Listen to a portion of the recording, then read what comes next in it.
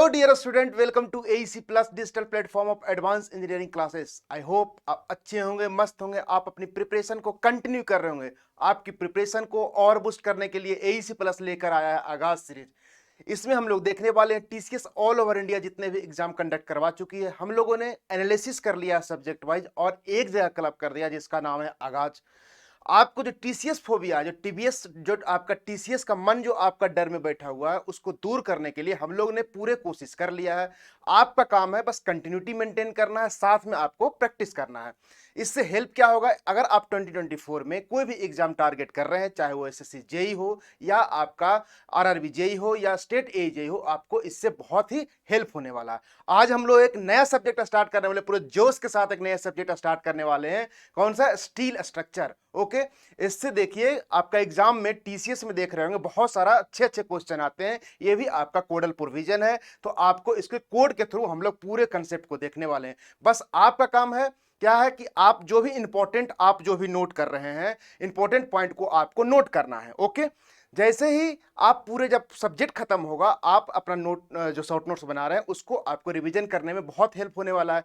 क्योंकि आपका यहां से आप अगर पूरा आप कवर कर लोगे तो आपके एक क्वेश्चन भी बाहर जाने वाला नहीं है। तो आपका काम है बस साइलेंट होके साथ में प्रैक्टिस करते रहिए, जो न्यूमेरिकल है उसको बनाते रहिए और जो इंपॉर्टेंट कंसेप्ट है उसको अपना शॉर्ट नोट्स में नोट डाउन करते रहिए। लास्ट में आपको रिवीजन करते रहिए और एग्जाम में आपको उसका बहुत ही बेनिफिट होने वाला जो आप शॉर्ट नोट्स बना रहे हैं। चलिए आज स्टार्ट करते हैं स्टील स्ट्रक्चर का फर्स्ट क्लास। चलिए क्वेश्चन नंबर फर्स्ट देखिए क्या बोल रहा है। In case of weld using lap joint, कौन सा ज्वाइंट है? लैप ज्वाइंट है। The minimum lap length should not be less than 4 times the thickness of the thinner part joint और TMM which ever is more. आपका पूछ रहा है जो लैप ज्वाइंट होता है, इसमें मिनिमम लैप लेंथ की वैल्यू पूछ रहा है, कितना होना चाहिए। एक की वैल्यू दिया हुआ आपका 4 times थिकनेस दिया हुआ, और दूसरा क्या होगा उसके बारे में पूछ रहा है। सबसे पहले समझिए कि लैप ज्वाइंट क्या होता है। सर, ये आपका एक मेंबर है और एक ये आपका मेंबर है, दोनों को क्या है कि ओवरलैप करके हम लोग जोड़ते हैं, उसको हम लोग लैप ज्वाइंट बोलते हैं। चाहे तो आप बोल्ट से जोड़ सकते हैं या रिवेट से जोड़ सकते हैं, इसको हम लोग बोलते हैं लैप ज्वाइंट। ये दोनों देखिए दो प्लेन में ऐड हो रहा है, इसलिए इसको बोलते हैं लैप ज्वाइंट। ओके, इसमें क्या है, फोर्स लग रहा है। ये ज्वाइंट जो है उतना अच्छा नहीं होता, क्योंकि इसमें फोर्स लगने के कारण आप देख सकते हैं यहाँ पे क्या होगा, मोमेंट क्रिएट हो सकता है। इस कारण से इसका फेलियर होने के चांसेस ज्यादा होता है लैप ज्वाइंट में। ओके, ये अगर सिंगल रिवेटेड देखिए, हम लोग यहाँ पे डबल रिपीटेड भी कनेक्ट कर सकते हैं। अब इसका कंसेप्ट समझिए क्या है। मिनिमम लैप लेंथ क्या होना चाहिए?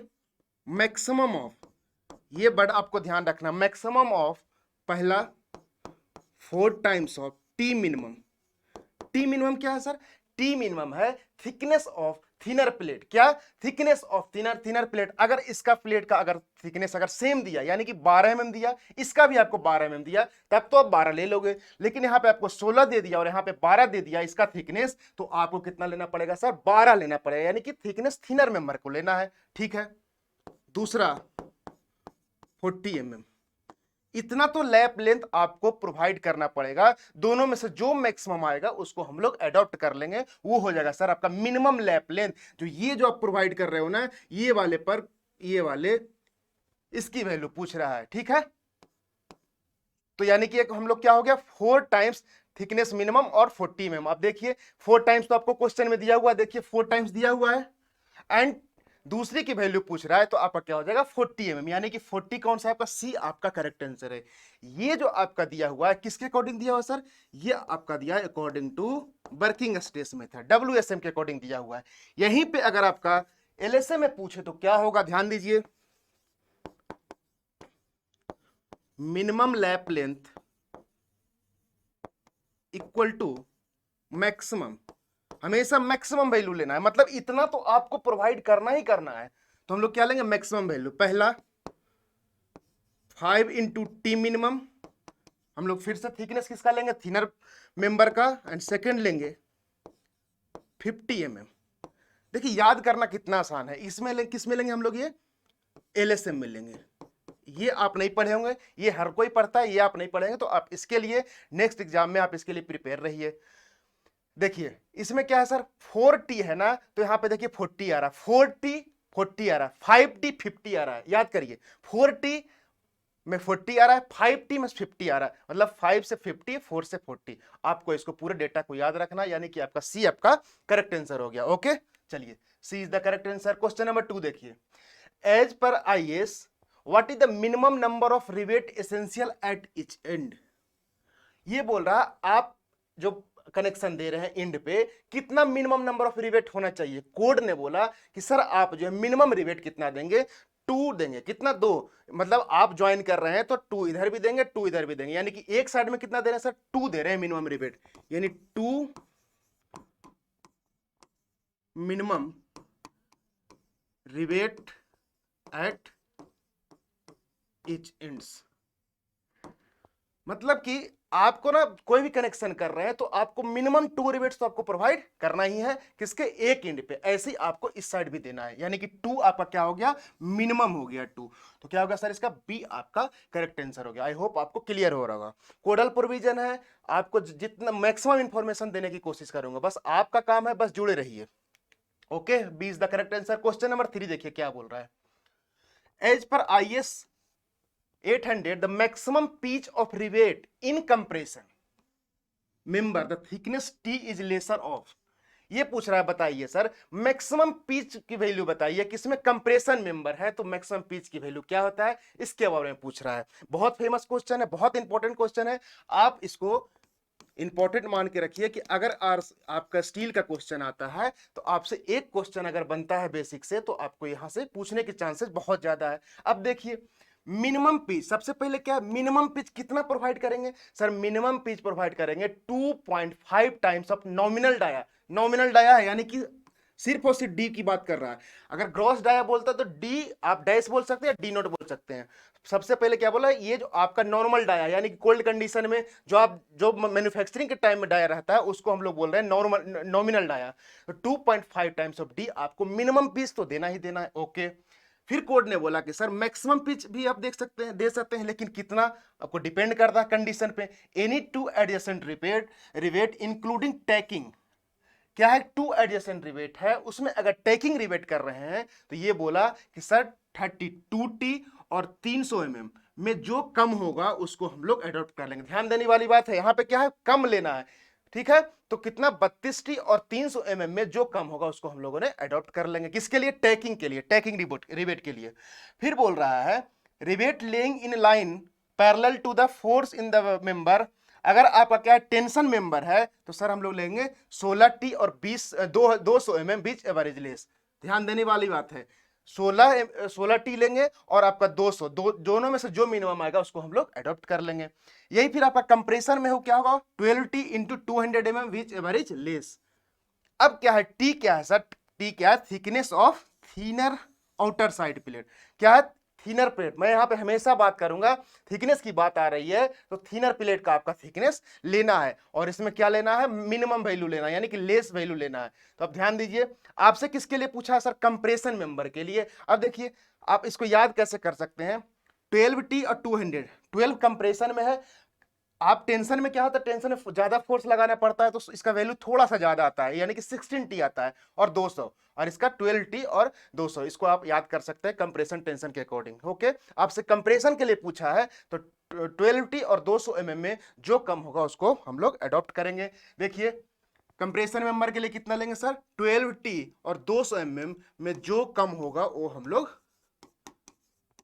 अडॉप्ट कर लेंगे, मिनिमम वैल्यू को हम लोग अडॉप्ट कर ले, यानी ऑप्शन ए आपका क्या हो गया, करेक्ट आंसर हो गया। आपसे पूछा एक क्वेश्चन, लेकिन हम लोगों ने कितना देख लिया, देख लीजिए कितना सीखा। एक आपका टेंशन के लिए जान गए, टैकिंग रिवेटिंग के लिए जान गए, और मिनिमम पीच के लिए भी हम लोग देख लिए यहाँ पे। ओके चलिए, ये आपका करेक्ट आंसर हो गया। क्वेश्चन नंबर 4 देखिए क्या बोल रहा है, to a steel plate of 20 outer 25 inner millimeter are tied together by a solder binder of 32 mm thickness in a line gap millimeter of this binder should not exceed। अब देखिए ये concept देखिए थोड़ा सा, आपको मैंने क्या बताया था कि अगर 2 एडजेसेंट प्लेट को रिवेट कर रहे हैं, यानी कि इसको कंसेप्ट बोल रहा है किसके बारे में, आपके बोल रहा है टैकिंग रिवेट के बारे में बोल रहा है। टैकिंग रिवेट की कंडीशन क्या है सर, कंडीशन क्या है, एक है 12t मिनिमम और एक है आपका 300 mm। दोनों में से जो आपको मिनिमम आएगा उसको हम लोग अडॉप्ट कर लेंगे। देखिए कंफ्यूज नहीं होना है। देखिए क्या बताया था आपको, 12T और 300 mm whichever is less, ये आपका हो गया मैक्सिमम पिच की वैल्यू। ओके चलिए, आपसे पूछा क्या, the steel to steel plate outer inner millimetre are tied together by shoulder binder इतना thickness, the in line gap the thickness binder should not exceed. आपका मैक्सिमम पिच की value पूछ रहा है, क्या मैक्सिमम पिच की। अब ध्यान दीजिए 1232 टी मिनिमम लेना, कितना टी मिनिमम लेना, टी मिनिमम देखिए क्या है सर, इसमें 20 है 25 है, यानी कि हम लोग ले लेंगे 32 इंटू कितना 20 25 और 32 है, इसमें से मिनिमम कितना है 20, ये ले लिए हम लोग थिकनेस, और आपका 300 mm, ये कितना आ गया 640 mm आ गया, और ये आ गया 300 mm। दोनों में से हम लोग क्या ले लेंगे, मिनिमम वैल्यू ले लेंगे, यानी कि कितना ले लेंगे लोग 300 mm हम लोग यहाँ पे अडॉप्ट कर लेंगे, यानी कि मैक्सिमम पिच अटैकिंग रेट में 300 mm आप इसको इस न्यूमेरिकल का दे सकते हैं, यानी कि आपका क्या हो जाएगा सर, ए आपका करेक्ट आंसर हो गया। कुछ नहीं, फॉर्मूला बेस्ड है, बस आपको पुट करना है, बस आपको समझना है कि अरेंजमेंट क्या पूछ रहा है। ओके चलिए, इसका ए आपका करेक्ट आंसर हो गया। अब अगले क्वेश्चन पे मूव करते हैं। क्वेश्चन नंबर 5 देखिए, the distance between centre of rivet should not be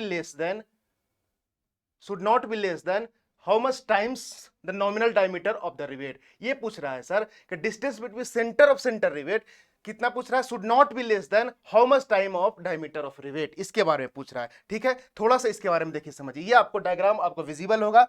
अब देखिए ये आपका क्या है, ये इसमें हम लोग क्या लगा रहे हैं सर, फोर्स लगा रहे हैं, पी दोनों साइड से फोर्स लगा रहे हैं। ये आपका क्या है, ये आपका रॉड है जिसका आपका सेम डायमीटर का भी लगा हुआ है। अब समझिए कि पिच क्या होता है, गेज क्या होता है, इन डिस्टेंस क्या होता है, और आपका एज डिस्टेंस क्या होता है, ये आपको जानकारी होना चाहिए, स्टील का बिल्कुल बेसिक चीज है। जिस साइड आप फोर्स लगा रहे हैं, फोर्स हम लोग क्या दोनों साइड में टेंसाइल फोर्स लगा रहे हैं, तो जिस साइड में फोर्स लगा रहे हैं उस साइड में जो आपका डिस्टेंस होगा उसको बोलेंगे सेंटर टू सेंटर डिस्टेंस, हम लोग क्या लेंगे, पिच बोलते हैं उसको, क्या पिच डिस्टेंस बोलते हैं। और आपका लोड हम लोग लगा रहे हैं इधर, और उसके परपेंडिकुलर डायरेक्शन में जो डिस्टेंस होगा सेंटर टू सेंटर उसको बोलते हैं हम लोग सर गेज डिस्टेंस, जिसको हम लोग जी से डिनोट करते हैं, इसको पी से। आई होप आपको क्लियर हो रहा होगा। इधर देखिए पी लोड लग रहा है, तो जो लोड के साइड में पी लग रहा है तो आपको पी आपका यानी कि पिच हो गया लोड की डायरेक्शन में, और उसका परपेंडिकुलर डायरेक्शन में क्या हो गया, गेज डिस्टेंस। अब समझिए इन डिस्टेंस क्या होता है सर, इन डिस्टेंस आपका होता है ये जो आपका जो डाया है ये लगा हुआ, इसके बीच का डिस्टेंस होता है इन डिस्टेंस, और यहीं पे जो मतलब कि आपका परपेंडिकुलर डिस्टेंस में जो आपका ये होता है एज डिस्टेंस होता है। तो समझ याद रखना कैसे, पिच डिस्टेंस इन डिस्टेंस एक साइड में होगा, किधर लोड की साइड में होगा, और परपेंडिकुलर साइड में क्या होगा, इन डिस्टेंस होगा और गेज डिस्टेंस होगा। आपको बस इतना ध्यान रखना है। ओके चलिए, इसमें बोला कितना टाइम्स होना चाहिए, अभी आपको मैंने बताया क्या बताया, the distance between the centre of rivet should not be less than, यानी कि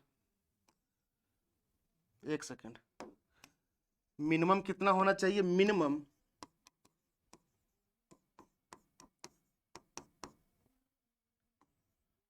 पिच डिस्टेंस, क्या मिनिमम पिच डिस्टेंस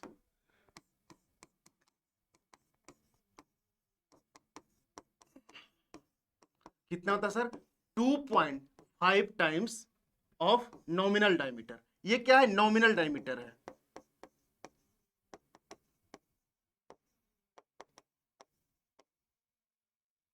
देखिए अब क्या है कि अगर रिवेट आप यूज कर रहे हैं तो अब समझिए कि आप नॉमिनल डायमीटर और ग्रॉस डायमीटर क्या होता है, रिलेशन क्या होता है।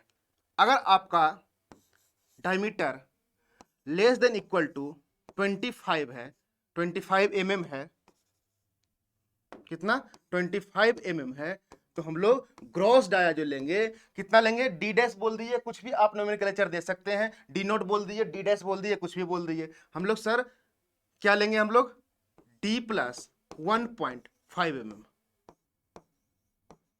ध्यान दीजिएगा, डी आपका मान लिया दिया हुआ आपका 20 mm। ओके, तो हम लोग कितना है 25 से कम है, 25 से सर कम है, तो हम लोग उसमें 1.5 का ऐड कर देंगे, तो आपका मिल जाएगा, आपका ग्रॉस डाया मिल जाएगा। ठीक है, यहीं पे अगर डी आपका ग्रेटर देन 25 mm है तो आपको डायमीटर में 2 mm का ऐड करना पड़ेगा। आई होप आप अच्छे से इसको देख लीजिए और इसको अच्छे से क्लियर रखिए। ओके, चलिए ये दोनों पॉइंट को आपको याद रखना है। सर ग्रॉस डायमीटर क्या होता है? वो ग्रॉस डायमीटर होता है जो आपको रिवेट के होल को कंप्लीटली फिल कर दे। क्या कंप्लीटली फिल कर दे, उसको हम लोग ग्रॉस डायमीटर बोल देंगे। और नॉमिनल डायमीटर जो आपका नॉमिनल होता है, जो बन के आता है, उसको बोलते हैं हम लोग नॉमिनल डायमीटर। ओके, चलिए ये सब चीजें आपको अच्छे से याद होना चाहिए। अब देखिए क्या पूछा है सर, मिनिमम पीस डिस्टेंस कितना होता है? 2.5 टाइम्स ऑफ डी होता है, यानी कि आपका बी आपका करेक्ट आंसर हो जाएगा।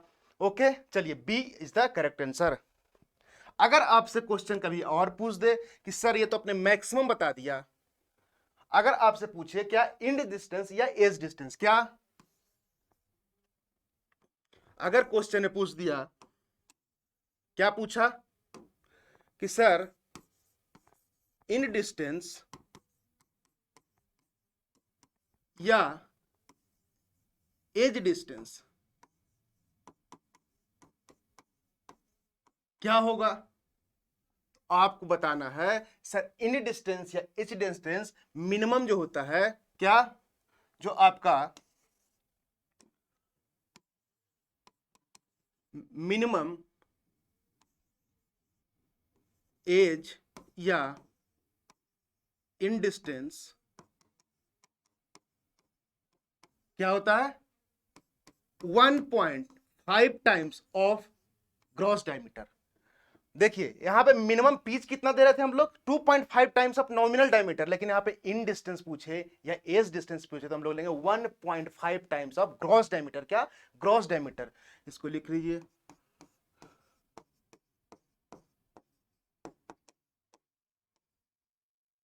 चलिए ये हो गया सर आपका मिनिमम।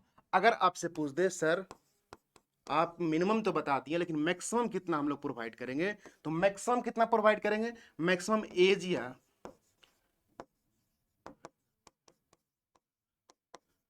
सर प्रोवाइड करेंगे 12T और एप्सिलॉन नॉट। क्या? 12T epsilon not.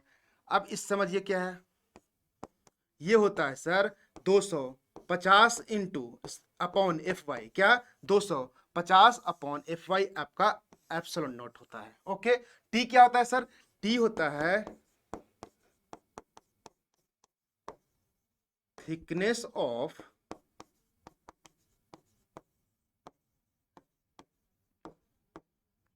ये आपकी एक्स्ट्रा जानकारी है, आपको पता होना चाहिए। क्या? इन डिस्टेंस एज डिस्टेंस के लिए मिनिमम कितना होता है? 1.5 टाइम्स ग्रॉस डायमीटर। साथ में बोलते जाइए, याद हो जाएगा।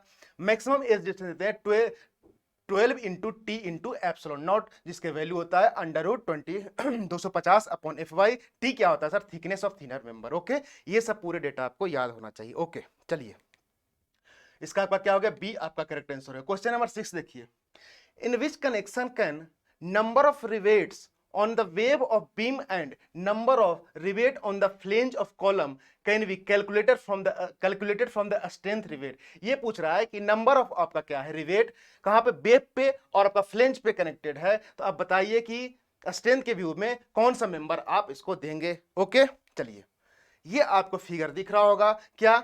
सबसे पहला फिगर जो है सर आपका किसका? शियर कनेक्शन का। ये कौन सा है आपका? शियर कनेक्शन का है।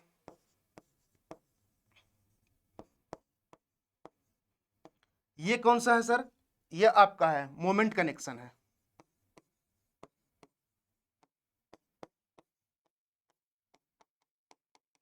अब समझिए, इसमें अगर कोई भी लोड आएगा, इस पे अगर कोई भी लोड आएगा तो इतना अच्छे स्ट्रेंथ देता है कि आपका कोई भी शियर के कारण आपका ये जो मेंबर है फेल नहीं होने वाला है, यानी कि रिजिडिटी प्रोवाइड करता है। और यहीं पे अगर मोमेंट जो है, इस पे जब लोड आएगा, इस पे लोड आएगा, इसमें किसी भी तरह का मोमेंट नहीं आएगा, मतलब कि रिजिडिटी प्रोवाइड करेगा, तो इसको बोलते हैं मोमेंट कनेक्शन, इसको बोलते हैं शियर कनेक्शन। बस नाम में चेंजेस है कि मोमेंट को रजिस्ट करता है या शियर को रजिस्ट करता है। तो आपसे क्वेश्चन में क्या पूछा है? क्वेश्चन में आपसे पूछा है in which connection can number of rivet on the web and beam and number of rivet on the flange of a column can be calculated from the strength of rivet. Strength of rivet किससे निकालेंगे sir? हम लोग shear connection से निकालेंगे। Strength हम लोग निकाल रहे हैं क्योंकि शियर का उसको उसमें रजिस्ट कर रहा है, तो हम लोग शियर कनेक्शन करेंगे। मोमेंट रेजिस्टेंस के लिए मोमेंट कनेक्शन हम लोग प्रोवाइड करते हैं, तो आपको ये आपका शियर कनेक्शन करेक्ट आंसर हो गया। टी बीम ऐसे ही कनेक्शन होता है, टी बीम कनेक्शन होता है, एंगल कनेक्शन होता है, आपका मोमेंट कनेक्शन तो आपको एग्जांपल में बता दिए। आपका करेक्ट आंसर हो गया यहाँ पे ए, आपका करेक्ट आंसर हो गया। ओके, चलिए क्वेश्चन नंबर आप पढ़िए 7। Rivet are specified by, rivet को हम कैसे स्पेसिफाइड करते हैं इसके बारे में थोड़ा समझिए कि रिवेट कैसा है दिखता है, ये आप समझिए। रिवेट जो होता है, ये देखिए आपका क्या होता है, हेड होता है, ये आपका क्या होता है, ए वाला पार्ट जो होता है सैंक होता है, और जिसमें आपका थ्रेडिंग किया रहता है ना उसको बोलते हैं थ्रेडेड एरिया। ओके, चलिए, तो इसमें क्या है, सैंक डायमीटर से हम लोग रिवेट को स्पेसिफाइड करते हैं। किससे? सैंक डायमीटर से। सैंक का डायमीटर से हम लोग इसका स्पेसिफाइड करते हैं आपको। आपका आंसर क्या हो जाएगा? ए आपका करेक्ट आंसर हो गया। आपका लेंथ से नहीं करते हैं, मटेरियल से नहीं करते हैं, हेड डायमीटर से नहीं करते हैं, सैंक डायमीटर से आप करते हैं। किससे? सैंक डायमीटर, ध्यान रखना है, सैंक डायमीटर से आप किसको स्पेसिफाइड करते हैं? रिवेट को। जितना दिया हुआ रहेगा उसी को तो बोलते हैं आपकी नॉमिनल। सर आपको नॉमिनल डायमीटर इतना है, 10 mm है, 20 mm, 25 mm है, उस हिसाब से आप ग्रॉस डायमीटर निकालते हैं। यानी नॉमिनल आपको, नॉमिनल जो डायमीटर होता है उससे स्पेसिफाई करते हैं हम लोग रिवेट को। चलिए, ऑप्शन आपका ए करेक्ट हो गया। चलिए क्वेश्चन नंबर 8 देखिए। When two plates are placed in to end and are joined by cover plates, the joint is known as, क्या है? टू प्लेट आपका इन टू एंड आपका कनेक्टेड है और आपका joined by cover plate, then joint is called, क्या बोलते हैं इसको? देखिए आपको ये फिगर दिख रहा होगा, आप इसको थोड़ा सा समझिए। सबसे पहले समझिए कि डिफरेंट फॉर्म ऑफ ज्वाइंट क्या होता है उसके बारे में समझिए। Single rivet lap joint, double riveted lap joint, single strap but joint, single, इसको स्ट्रैप को आप लोग प्लेट भी बोल सकते हैं, single strap but joint and double strap या कवर बट ज्वाइंट इसको बोलते हैं। आप समझिए सिंगल रिवेट क्या होता है। In this the plates are joint are overlapped at the ends and single row of the rivet is placed in the middle of the lap। ये देखिए सिंगल रिवेट है। आपको बताया था मैं पिछले डायग्राम में, दो आपको जो मेंबर है उसको ऐड करने के, ओवरलैप करने के लिए हम लोग सिंगल लैप यूज करते हैं। इसमें हम लोग एक यहाँ पे रिवेट यूज किए, इसको इसलिए बोल रहे हैं हम लोग सिंगल रिवेटेड लैप ज्वाइंट। यहाँ पे हम लोग क्या कर दिए, दो रिवेट यूज कर दिए तो इसको बोल दिए डबल रिवेटेड लैप ज्वाइंट। और अगर जिगजैग में हम लोग कर दिए तो उसको बोले double riveted zigzag lap joint. ठीक है, अब समझिए अब क्या है, सिंगल स्टेप बट ज्वाइंट के बारे में समझिए। A separate piece of metal called strap is used to hold the edges of the components together. This joint is also used for joining the edges of the components of together. इसमें difference ये है कि lap joint में आपका क्या है, उसमें क्या है कि मोमेंट आ रहा था, इसेंट्रिसिटी आ रहा था, क्योंकि दो मेंबर आपका डिफरेंट डिफरेंट प्लेन में कनेक्टेड है, तो इसके कारण वहां पे इसेंट्रिसिटी जनरेट हो रहा था। उसको रेक्टिफाई करने के लिए बट ज्वाइंट लाया गया। इसमें क्या हुआ, इसमें हम लोग कवर प्लेट ऊपर से प्रोवाइड कर दिए और वहां पे हम लोग फिर रिवेटिंग कर दिए, तो इसको बोलते हैं सिंगल स्टेप ज्वाइंट। अगर आप डबल में क्या कर दें, ऊपर भी कवर प्लेट दे दिए, नीचे भी कवर प्लेट दे दिए, तो उसको हो गया डबल स्टेप बट ज्वाइंट। इसका जो है इसेंट्रिसिटी जीरो होता है, यानी मोमेंट, इसका जो है मोमेंट जनरेट जो करता है जीरो होता है। तो ये आपसे इसके बारे में पूछ रहा है। चलिए अब क्वेश्चन देखिए। व्हेन टू प्लेट्स, क्या? Two plates are placed end to end and are joined by cover plate are known as double cover butt joint। क्या? डबल कवर बट ज्वाइंट, यानी डी आपका करेक्ट आंसर हो गया। देखिए इसके बारे में पूछ रहा है, दो प्लेट्स आपका इन टू इन ज्वाइन है, तो उसको कौन सा प्लेट बोलेंगे sir? Double cover but joint बोलेंगे या डबल स्ट्रैप बट ज्वाइंट बोलेंगे। ओके, आपका क्या हो गया, आपका इस पे डी करेक्ट आंसर हो गया। चलिए क्वेश्चन नंबर 9 देखिए। In case of a structural stick construction, the minimum distance between center of fastener shall not be less than m times the nominal diameter of fastener, whereas same question पूछ दिया कि आप क्या करें, in case of structure the minimum distance पूछ रहा है, यानी कि आपसे क्या पूछ रहा है सर, बताइए? मिनिमम पिच डिस्टेंस की बात कर रहा है। आपको बताया था क्या होता है, 2.5 times of nominal diameter, 2.5 times of nominal diameter. इसी के बारे में पूछ रहा है कि in case of structure stick construction the minimum distance between centre of fasteners, मतलब दो आपका जो फास्टनर लगा हुआ है इसका सेंटर जो है क्या होता है, पिच होता है। क्या होता है? पिच होता है। Should not be less than, तो मिनिमम मतलब कि मिनिमम पिच की बात कर रहा है, तो मिनिमम पिच जो होता है आपका कितना, 2.5 टाइम्स ऑफ नॉमिनल डायमीटर होता है। क्या यहाँ पे होता है? नॉमिनल डायमीटर, ग्रॉस नहीं, नॉमिनल।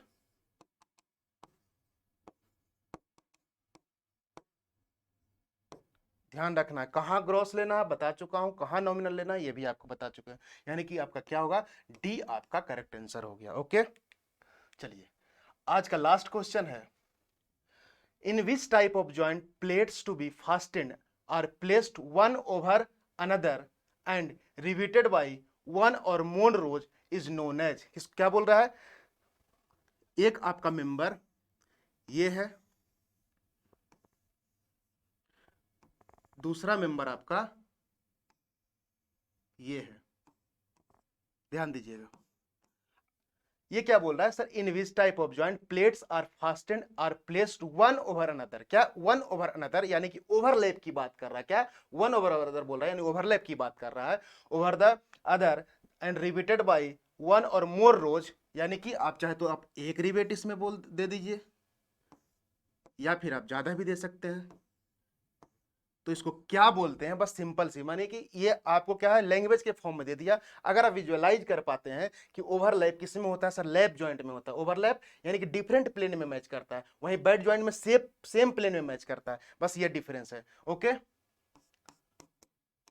तो कौन से जॉइंट हो गया इसमें, आपका लैप जॉइंट आपका ये हो गया, बस वर्ड क्या पकड़ना था आपका, placed one over the other, इसके कारण से आपका क्या हो गया, लैप जॉइंट हो गया। ओके, चाहे तो आप इसको एक फास्टर से आप कनेक्ट कर सकते हैं या फिर दो से कर सकते हैं, जैसा भी आपका नीड हो, तो आपका क्या हो गया, डी आपका करेक्ट आंसर हो गया। ओके, चलिए D is the correct answer.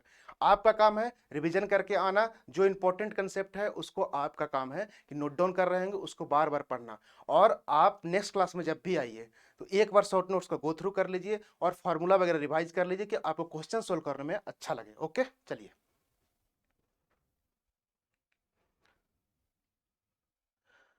आप आप या तो फ्रेशर हैं, आप चाहते हैं कि सर मैं एक साल में फुल फ्लेज तैयारी ऐसा करूं कि हमारा 2024 में एक सीट मेरा फिक्स हो जाए, कोई भी एग्जाम, चाहे आप एसएससी जेई दे रहे हैं, आरआरबी जेई दे रहे हैं, कोई भी स्टेट एजेई वगैरह दे रहे हैं, एक सीट अगर आप फिक्स करना चाहते हैं बिना टाइम वेस्ट किए हुए, तो एसी प्लस आपके लाया है डिफरेंट डिफरेंट कोर्सेज। पहला क्या है कि आप कोई भी अगर स्टेट एजेई का प्रिपरेशन कर रहे हैं तो उसके लिए है विजय बैच, इसमें आपका टेक्निकल के साथ साथ नॉन टेक्निकल भी आपको इसमें अवेलेबल है। अगर आप एसएससी जेई 2024 टारगेट कर रहे हैं तो उसके लिए है बैच वन, इसमें क्या है आपका CBT one CBT two complete आपको कराया जाएगा, टेक्निकल नॉन टेक्निकल सब कराया जाएगा। लाइव क्लास आपको अगर कर रहे हैं तो ठीक है, नहीं तो आपको इसका लाइव के बाद आपका रिकॉर्डेड भी अवेलेबल हो जाएगा, यानी कि आपका दोनों बेनिफिट है, आप लाइव देख नहीं पाए तो आपका रिकॉर्डेड यहाँ पे मिल जाएगा। दूसरे, अगर मध्य प्रदेश शासन में अगर आप एसडीओ यानी एई बनना चाहते हैं असिस्टेंट इंजीनियर, तो प्रहार बैच है, इसमें आपको टेक्निकल के साथ साथ मध्य प्रदेश जीके भी आपको इसमें पढ़ाया जाएगा। India most awaited vacancy RRB JE के लिए तेजस बैच है, इसमें आपको सीबीटी वन मतलब पूरा कंप्लीट आपको पढ़ाया जाएगा। आपका काम है कि आप वैकेंसी का इंतजार नहीं करिए, प्रिपरेशन आप अभी से स्टार्ट कर दीजिए कि आपका लास्ट का एक दो महीना में आप आराम से रिविजन कर सकते हैं। ओके, अब कुछ लोग ऐसे भी होते हैं कि आपका क्या है सर, टेक्निकल तो बहुत अच्छा हो गया लेकिन नॉन टेक, आप एसएससी का ट्रेंड देख रहे हैं कि नॉन टेक का पेपर दिन प्रतिदिन बहुत हाई लेवल जा रहा है, तो उसको आपको रेक्टिफाई करने की जरूरत है अभी से, क्योंकि आपका 4-5 महीने बाद पेपर है, अभी से अगर रेक्टिफाई करना चाहते हैं तो उसके लिए नॉन टेक महापैक, इसमें आपको कंप्लीट प्रिपरेशन नॉन टेक की कराई जाएगी। एक तरह का बैच है सर टारगेटेड बैच है, किसके लिए, एसएससी जेईई 2024 के लिए। इसमें क्या है कि आपको रिकॉर्डेड फॉर्म में मिलेगा डिजिटल बोर्ड पे, तो आप इसको भी देख सकते हैं। कुछ बच्चे ऐसे हैं जिन्होंने अपना क्या है कि थ्योरी अच्छे से कंप्लीट कर लिए हैं, लेकिन जब वो जाते हैं टीसीएस का एग्जाम देने के लिए तो वहां पे हवा निकल जाती है। क्यों? क्योंकि टीसीएस क्वेश्चन रिपीट कर नहीं रहा है और वो कोड पे ज्यादा फोकस कर रहा है, यानी कि क्वेश्चन नया बना रहा है। तो आपको उस चीजों को दूर करने के लिए, जो आपको टीसीएस का डर मन में बैठा हुआ है, टीसीएस फोबिया हो गया है, उसको दूर करने के लिए हम लोगों ने प्रैक्टिस बैच लाए हैं। अगर आप जेई का प्रिपरेशन कर रहे हैं तो उसके लिए अभ्यास जेई बैच, इसमें आपको टेक्निकल नॉन टेक्निकल का सारा क्वेश्चन मिल जाएगा, लगभग कितना, हम लोग 5000 से ज्यादा क्वेश्चन करने वाले हैं, यानी कि क्वेश्चन के लिए आपको इधर से उधर भटकने की जरूरत नहीं है। और आप देख रहे होंगे पूरे सीरीज में क्वेश्चन का सिर्फ हम लोग सोल्यूशन ABCD बताने वाले आपको बहुत सारे यूट्यूबर मिल जाएंगे, लेकिन यहाँ पे आपको पूरे डिटेल में आपको कराया जा रहा है। ओके, अगर आप दोनों टारगेट कर रहे हैं, आप AJEE अगर दोनों टारगेट कर रहे हैं तो अभ्यास AJEE बैच है। इसमें क्या है कि आपको लगभग 8000 से ज्यादा क्वेश्चन कराने वाले हैं। आपको टीसीएस का तो सारा क्वेश्चन मिलेगा ही मिलेगा, साथ में अगर आप कोई भी स्टेट का ए का क्वेश्चन मिल जाएगा, पीएसयू का क्वेश्चन मिल जाएगा, यानी कि आपकी क्वेश्चन की इधर उधर ढूंढने की जरूरत नहीं है, 50 बुक खरीदने की जरूरत नहीं है, जितना में बुक खरीदोगे उतना में कोर्स मिल जाएगा और वहां से आप पूरे को जितना भी ऑप्शन है उसको सीखिए, क्योंकि अब क्वेश्चन आपको रिपीट नहीं होना, लेकिन जो संभावित क्वेश्चन है हम लोग पूरा उसको डिस्कस करते चल रहे हैं। तो ये सीरीज का बस ये फायदा है अभ्यास का। ओके, चलिए, कुछ ऐसे बच्चे हैं चाहते हैं कि सर सब्जेक्ट मैं रिकॉल करना चाहता हूं, मैं पहले कहीं पढ़ा था लेकिन मैं भूल चुका हूं, मेरा कंसेप्ट क्या है कि है, लेकिन हम चाहते हैं कि सर एक बार हमको फिर से हमारा रिवीजन हो जाए कम समय में। तो हम लोगों ने क्या किया, क्रैश कोर्स लॉन्च किए हैं। फास्ट ट्रैक बैच जिसका नाम है, इसमें आपको टेक्निकल के साथ साथ नॉन टेक्निकल भी मिल जाए, यानी कि आपको नोट्स बनाने की जरूरत नहीं है। आपका काम है यहां से आप क्रिप्स मैनर में जो पढ़े रिकॉल किए उसको आप यहां से रिवीजन कर लिए, उसके बाद सीधा प्रैक्टिस सेशन में आप प्रैक्टिस कर लीजिए, तो आपका फुल फ्लेज प्रिपरेशन आपकी हो जाएगी। ओके, चलिए, आप कुछ ऐसे भी स्टूडेंट होते हैं जिनका कोई पार्टिकुलर सब्जेक्ट अगर वीक है, उनका काम क्या है कि आप यहां से ज्वाइन कर सकते हैं, जो भी पार्टिकुलर सब्जेक्ट है उसको आप स्ट्रॉन्ग कर सकते हैं, जो भी आपका ब्रांच है, सिविल, मैकेनिकल, इलेक्ट्रिकल, कोई का भी है, आप पार्टिकुलर सब्जेक्ट भी रिकॉर्डेड फॉर्म में आपको यहां से मिल जाएगा। सर ये सब मिलेगा कहाँ, आपको एईसी एप्लीकेशन डाउनलोड करना है गूगल प्ले स्टोर से, मोबाइल से वेरिफिकेशन करना है, वेरिफिकेशन करने के बाद आपको सारे कोर्सेज दिखने लगेगा। अब आपको एनालिसिस करना है कि आप किस कैटेगरी में फॉल करते हैं, उस हिसाब से आपके लिए कोर्सेज फ्रेम किया गया है, आप उस हिसाब से कोर्स को इनरोल कर सकते हैं। सर आप जो पढ़ा रही हैं सब पीडीएफ कहाँ मिलेगा, आपको टेलीग्राम चैनल पे एईसी प्लस पे जुड़ जाना है, कोई भी इंपॉर्टेंट इंफॉर्मेशन आपको यहाँ से मिलते रहेगा, आपका काम है यहाँ से ऐड हो जाना। ओके, आई होप आज का सेशन अच्छा लगा होगा। अगर आप चैनल पे नए हैं तो लाइक करें, दोस्तों के बीच में शेयर करें, चैनल को सब्सक्राइब करें और बेल बटन को जरूर आप प्रेस कर लें, जिससे जो कोई भी इंपॉर्टेंट इंफॉर्मेशन या सेशन आएगा तो आपको मिल जाए। Okay, thank you for watching, मिलते हैं नेक्स्ट सेशन में, जब तक बाय बाय, टेक केयर।